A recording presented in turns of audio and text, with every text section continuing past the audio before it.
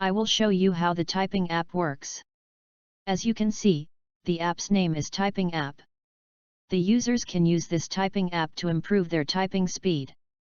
As we can see that there is a word, ABCD, displayed on the screen, and there is a text input in which we can type the word ABCD to improve our typing.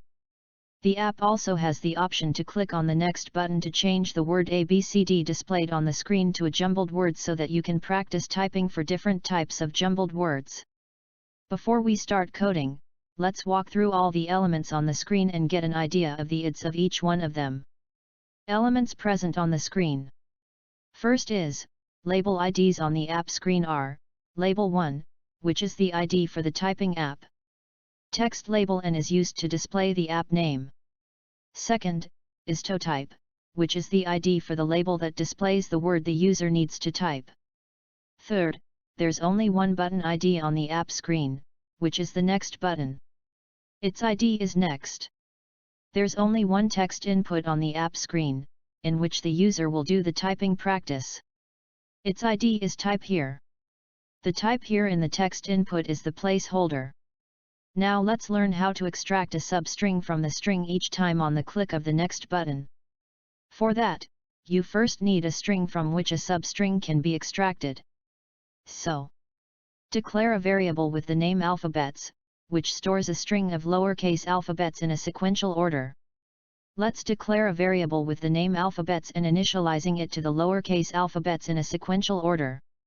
Type A B C D E F G H I J K L M N O P Q R S T U V W X Y Z in lowercase alphabets in a sequential order. Now we need to extract a substring from the string on the click of the next button. Add a click event to the next button. Add the following actions on the click of the next button. Declare a variable with the name LTR1, in which we will store the extracted substring. From the variables section, drag the str substring code block and place it in the right section of the var LTR1 equals code block. Click on str and type alphabets in place of str. This is because we want to extract a substring from the string stored in alphabets. The str substring code block will extract a substring whose starting index is entered in the start section and ending index is entered in the end section from a given string and also returns the same. We will also use the console display.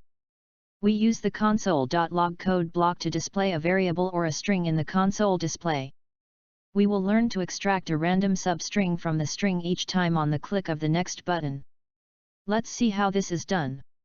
Extract a substring from the string randomly each time on the click of the next button.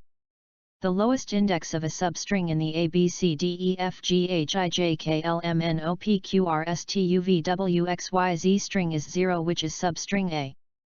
The highest index of a substring in the ABCDEFGHIJKLMNOPQRSTUVWXYZ string is 25, which substring is Z. So we will generate a random number from 0 to 25 each time on the click of the next button. We will store the random number that gets generated in a variable and use it accordingly. Now let's declare a variable with the name I and initialize the I to a random number from 0 to 25. The random number code block generates a random number from A to B and returns the same. Type 0 in the min section and 25 in the max section of the random number code block. This is because we want to generate a random number from 0 to 25. The random number code block will generate a random number which will be stored in the I variable. Use I to set the start and end value in the str substring code block. As a random number generated will be stored in I, we'll set the start value in the alphabets.substring block to I. Since we need to extract a single substring, we'll set the end value in the alphabets.substring code block to I plus 1. So it will extract a random substring from the ABCDEFGHIJKLMNOPQRSTUVWXYZ string. Type I in place of 3 in the var LTR1 equals alphabets.substring code block. Type I plus 1 in place of 4 in the var LTR1 equals alphabets.substring code block. This will extract a random substring from the string each time on the click of the next button.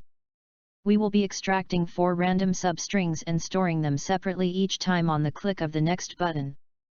We have already extracted a random substring and stored it in LTR1. Similarly, declare 3 variables as j, k, l, and initialize them to a random number from 0 to 25. Declare 3 variables as LTR2, LTR3, LTR4, and initialize them to a random substring in the alphabet string using j, k, l.